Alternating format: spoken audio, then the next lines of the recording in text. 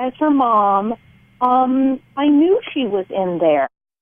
It's Channel Mom with Jenny Dean Schmidt. We're here for you. Brought to you by Pediatric Dental Group of Colorado, creating positive and rewarding dental visits for kids of all ages since 1977.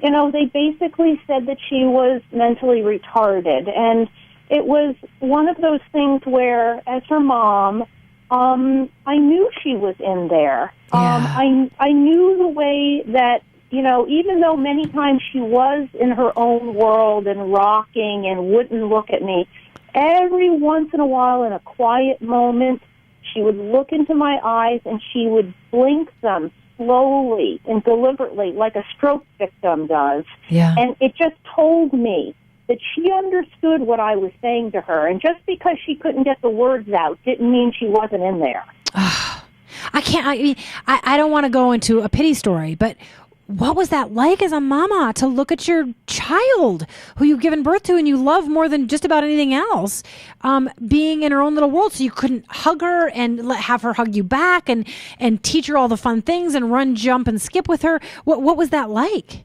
Well, even worse, she did have language.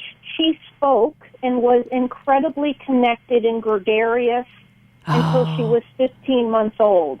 And then suddenly, within 3, 4, 5 days, she lost it all and started banging her head against the floor and could not speak another word. And, you know, so that's one of these incredibly scary things for a mom. You have a child, you try to protect them in every way you possibly can, and then something goes terribly wrong, and you're just completely,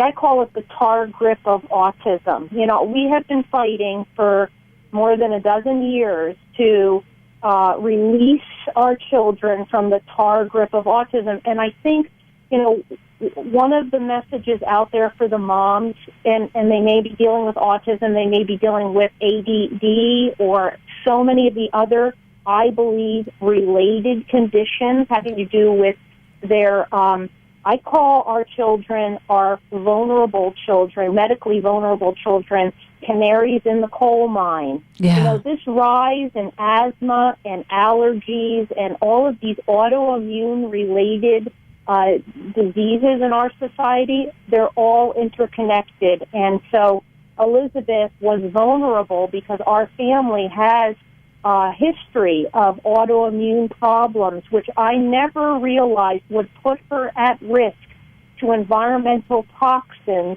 pushing her body into autism. But the good news is it's treatable. And that's why you wrote the book. And Elizabeth wrote it with you, a nonverbal person, meaning in the typical way of speaking. She was nonverbal, and you and she sat down and wrote this book because she wanted to let the world know that she is in there and that she has things to say and that you can function as an autistic child and as an autistic adult. And there's hope in this book. Thank goodness. I happened to see a woman on 60 Minutes who was profiled named Soma Mukhopadhyay.